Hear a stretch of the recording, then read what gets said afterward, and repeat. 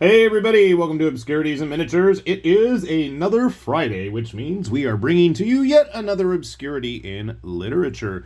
And this right here is a fairly recent acquisition that I have obviously acquired, and that is 8 billion Genies. Now, let me say, I don't really follow the comics scene that much, at least like I used to in the days before the internet. I just don't have time. I'm constantly having to deal with work stuff these days. Maybe if I was retired and had a life of luxury, I could sit there and follow all the local latest gossip, but I don't. So these days it's like, what looks interesting and what is Amazon or in stock trades going to end up recommending to me this time is pretty much what I go by. But that's not the case with this book. I saw those two names that were involved with this, Charles Soule and Ryan Brown, who obviously, if you're familiar with obscure, bizarre comics like I am, immediately the first thing that should come to your mind is curse words.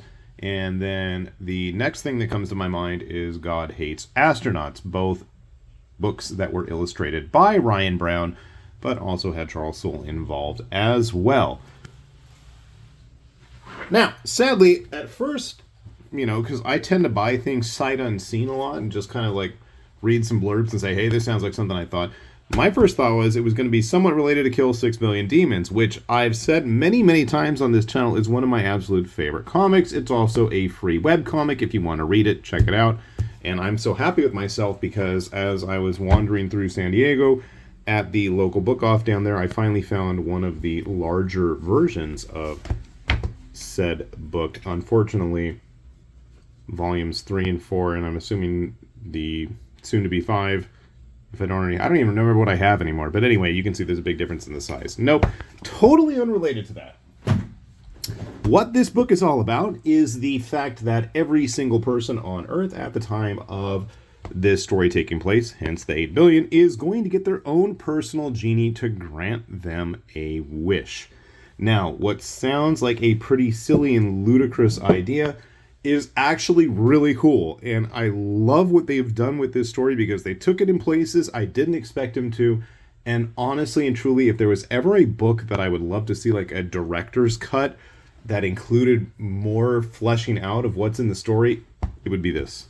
And the other one would be Prophet. And I forgot what the other one I would have said was. But yeah, so you get a big, nice, deluxe-sized image hardcover here. And it's all 8 issues of the original comic. And you can see the genies show up right away. And what's kind of cool is Ryan Brown kind of drew all of the genies to look like the person that they are tied to, which is kind of a fun thought.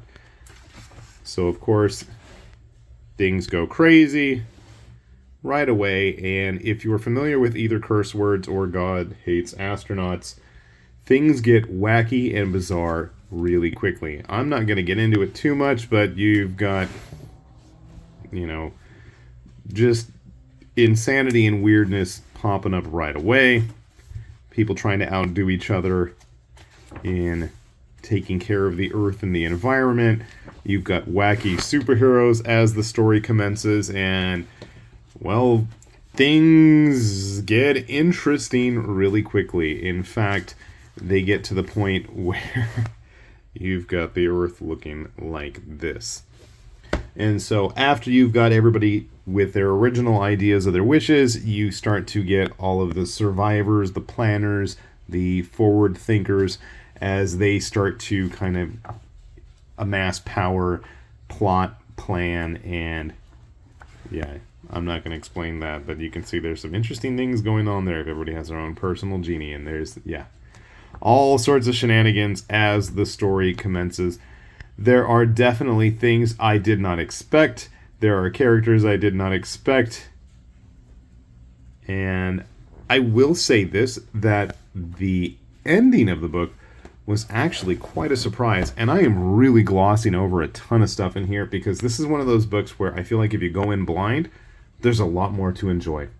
And if you do get a chance to read it, you'll understand a bit more of what I'm saying when I feel like a director's cut or like in between issues could have really fleshed some interesting thing out, especially when you have all of the various safe havens as they all start vying for power there's some really weird things that just kind of get dropped in like a, comment or two here and there, but would absolutely make for some very interesting story ideas. And again, the ending of the book too, I was really impressed with. I thought, a book like this, it's really hard to, nail the landing, but I thought they did it.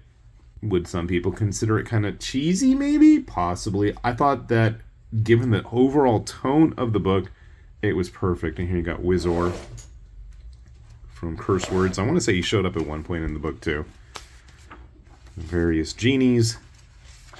I mean, so being a typical Image deluxe hardcover, you've got, just all this extensive pinups, backgrounds, covers, unused stuff, and that's what I was trying to get to. Should be some very familiar faces if you're familiar with God Hates Astronauts. And to me, that was kind of the coolest part, was they have kind of just like the whole brainstorming of the book in the back. You can see kind of the various iterations that the Genies have gone through. And again, I'm glossing over a ton of stuff.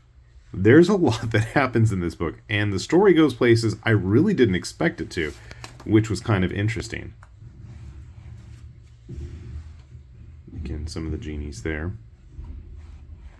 We get a whole blow-by-blow of what's happening within the very first issue, which I thought was kind of cool. And I want to say this is like a limited edition thing. Yeah, there was a director's cut of issue 1 that most of this information comes from, and they kind of fill you in on what some of those Easter eggs are and stuff.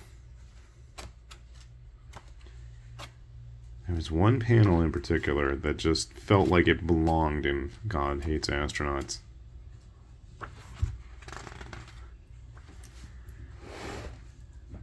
When they head off to Japan to save it from rampaging kaiju. Oh, what did they call this guy? Again, there's just like crazy characters showing up constantly.